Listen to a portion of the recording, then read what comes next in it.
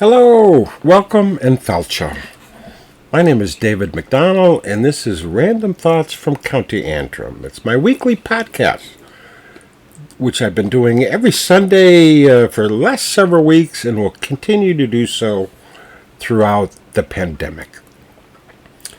Now, I just finished recording a video for the Dublin Irish Festival in Dublin, Ohio. If you haven't been, you should go, because the Dublin Irish Festival is a wonderful, brilliant festival, one of the best in the country. They have some great acts, great cultural events, a lot of history and culture, and children's activities, and they also have Guinness. It is a great festival, well attended, thousands of people go. Now, this year, the Dublin Irish Festival, together with every other Irish festival in the world, any gathering in the world, has been canceled.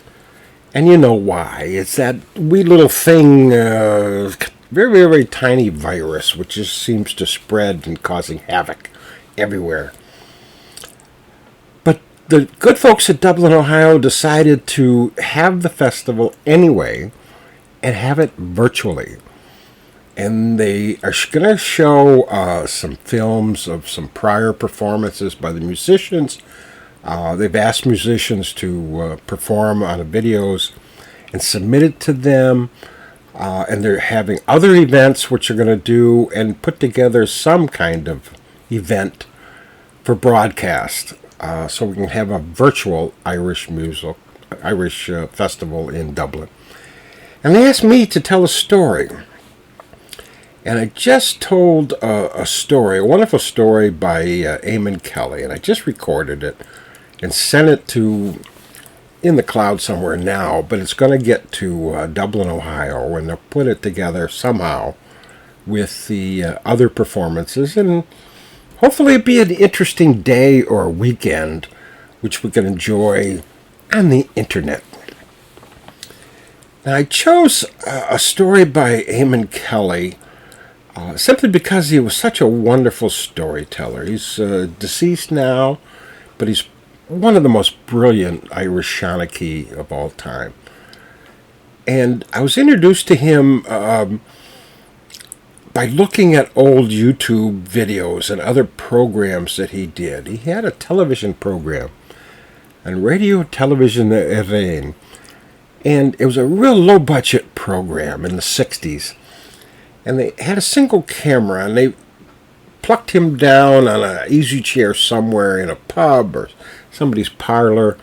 They had a half a dozen people sitting around watching him tell the story. And the camera would sometimes be focused on Eamon Kelly telling the story, sometimes switch and focus on some people in that crowd and their reactions.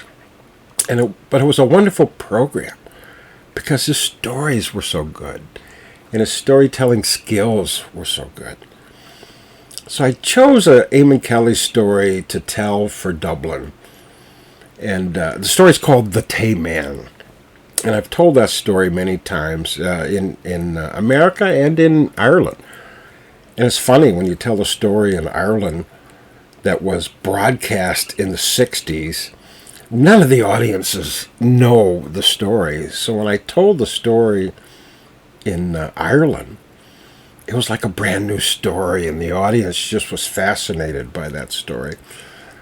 And it was an amazing journey that story took, because I discovered it 5, 6, 10 years ago in America, that he had done on television in Ireland in the 1960s. And the story took a, whatever that is, 3, 4, 5,000 mile round trip from Ireland to America back to Ireland, that took 4 decades to make the journey. And when I told the story in Ireland, the audiences were entranced. They were enthralled. They just thought it was the greatest story ever. But that was the journey that story took. And it's a wonderful illustration of just how stories good stories can be very timeless. And I thanked him so much for sharing that story, or thank the people at RTE for preserving that story so that I could learn it in the 21st century and retell it in Ireland 40 years after Eamon Kelly first thought it up. So that was my favorite Eamon Kelly story, The Tame Man. But I thought today I would tell you my second favorite Eamon Kelly story. And it's called The Looking Glass. Now, the looking glass, any looking glass, has been around for many, many years, centuries. But there was a man in County Sligo who was a bit dull of the fact, and he had never heard or seen a looking glass. And he lived in a small village in County Sligo. And by small village, it only had a single pub. It had a chemist and a small general store, and that was about it. And at the time, and again, this was a century or so ago, at the time they were building a railroad that would connect the city of Sligo with the city of Donegal. And the path the railroad company chose took it right through this little village in County Sligo. And when they completed the first leg of the railroad, before they had finished the leg that connected this village to Donegal, the railroad company offered a promotion. And the promotion was very inexpensive fares to go from this village to Sligo City. Now the man thought about it a while and he said, I don't know that I've ever been to Sligo City. And these fares are quite reasonable. I think I will go to the city and spend the afternoon. So he bought a round-trip ticket, got on the train, took him to Sligo City. He got off the train, and he was immediately in awe. He got off the train and walked a block, and there was an intersection. And on the intersection, there was a pub at all four corners. And there was traffic. There were horses and buggies going back and forth. You had to look both ways before you could cross the street, or else that would be the end of you. And as he walked further up the street, he saw these stores. He saw stores that sold nothing but women's hats. Now, can you imagine having a store which sold nothing but hats for women? And he saw another store that sold nothing but shoes for men. He had never seen such a thing, a single store selling nothing else but shoes for men. And he continued walking down the street, more people coming this way and that way, and he'd never seen so many people in one place. And he got to another intersection where there was a road crossing a road with four corners, and there was a pub at every corner. He couldn't believe such a thing. Then he came to a store near there, and the store had a big sign in front that said Mercantile. Now the man didn't know what a mercantile was. And he wondered, what do they sell at a mercantile? And if they sold only mercantiles, what is a mercantile? So he went into the store. And he was amazed because he saw all kinds of things. Everything imaginable was on the shelves of the store. And as he wandered the store, there was a beam of light that kind of came in the window of the front window of the store, and it shined towards the one of the shelves, and he saw a reflection, kind of a shiny reflection of an object on the shelf. And he wondered, what is that object? So he walked over to the shelf, reached up, grabbed the object, and he took a look at it. And he looked at it some more. And then it just amazed him. He just couldn't stop looking at it. Because what it was a photograph of his father. And he wondered, why would this store have a photograph of his father? So he walked up to the clerk, and the clerk at the counter was a fine-looking young lady. And he said, why do you have this photograph of my father? And she wasn't sure how to respond to that. She says, well, we have many items in our store. And he said, well, how much is this? And she gave him a price, and it was but a trifle. So he reached in his pocket, pulled out the money to buy the photograph. And he paid her for it. He took the photograph, put it in his coat pocket, and he left the store. And he wandered around Sligo City for a while longer, till he went back onto the train and started his journey back to his village. Now, several times during during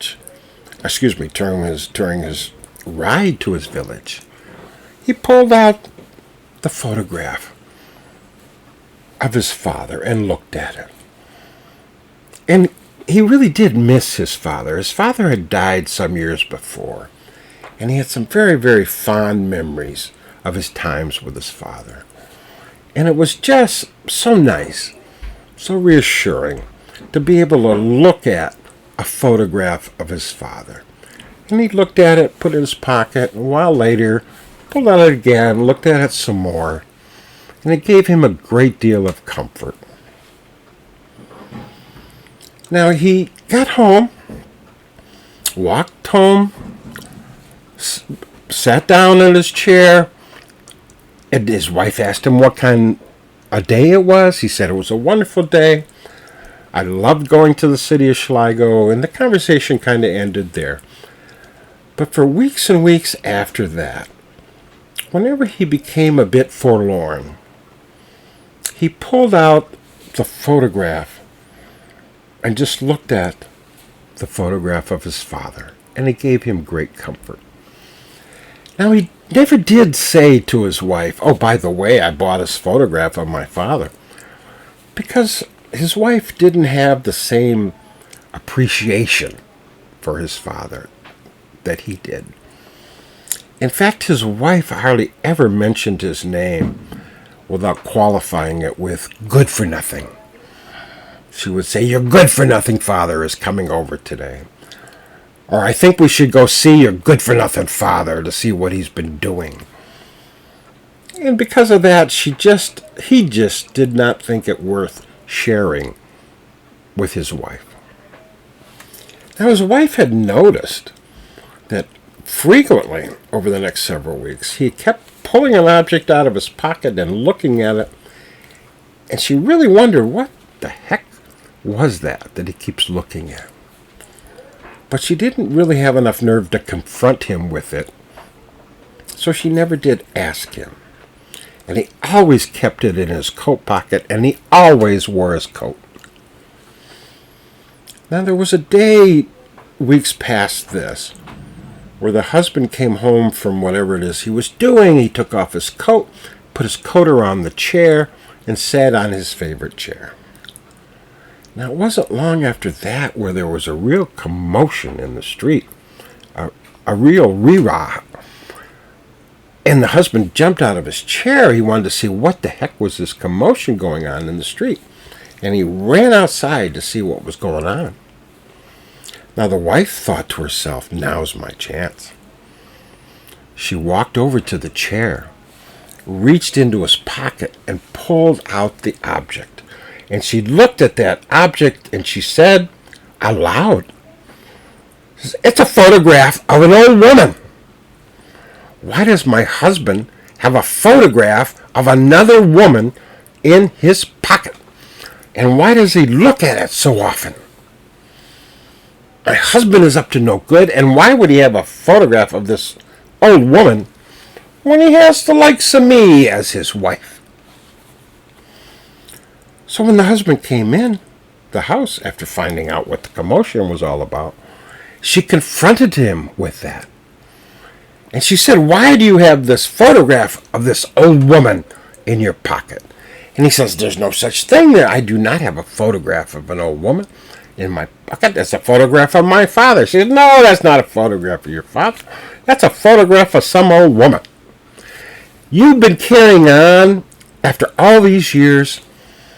I'm going to go see Father Fred and ask him to intervene and let you know the evil of your ways. So she stormed out of the house, went to see the parish priest, who was Father Fred. And she told Father Fred, I just caught my husband carrying around a picture of a woman in his pocket. He's been unfaithful to me, and he carries it around. He looks at it all the time, and I think you need to have a talk with him. And Father Fred said, are you sure? I mean, your husband's a very pious man. He's a very honorable man. I can't believe he's having any kind of affair with another woman.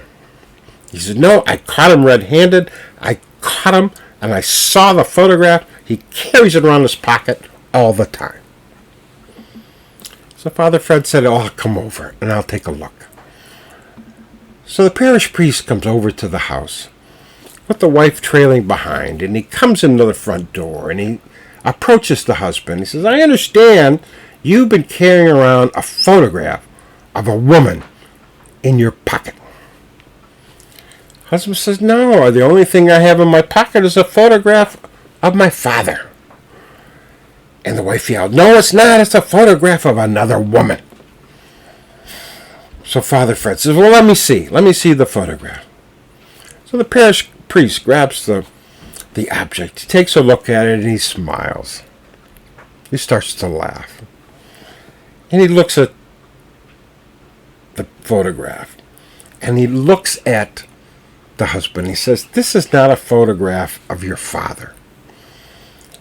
And he looks at the wife and says, you foolish lady, this is not the photograph of another woman who's your husband has been seeing. He says, this is a photograph of the old parish priest who was here before me.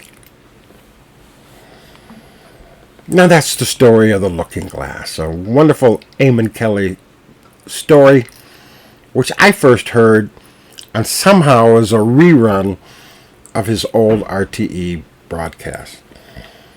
Now I've been auditioning to Netflix to do the same kind of low-budget broadcast in the 21st century. And I'm waiting for Netflix to offer me millions of dollars to do the same kind of thing, which Eamon Kelly did for a few shillings back in the 1960s. So I'm still waiting. When I hear from Netflix, I will let you know.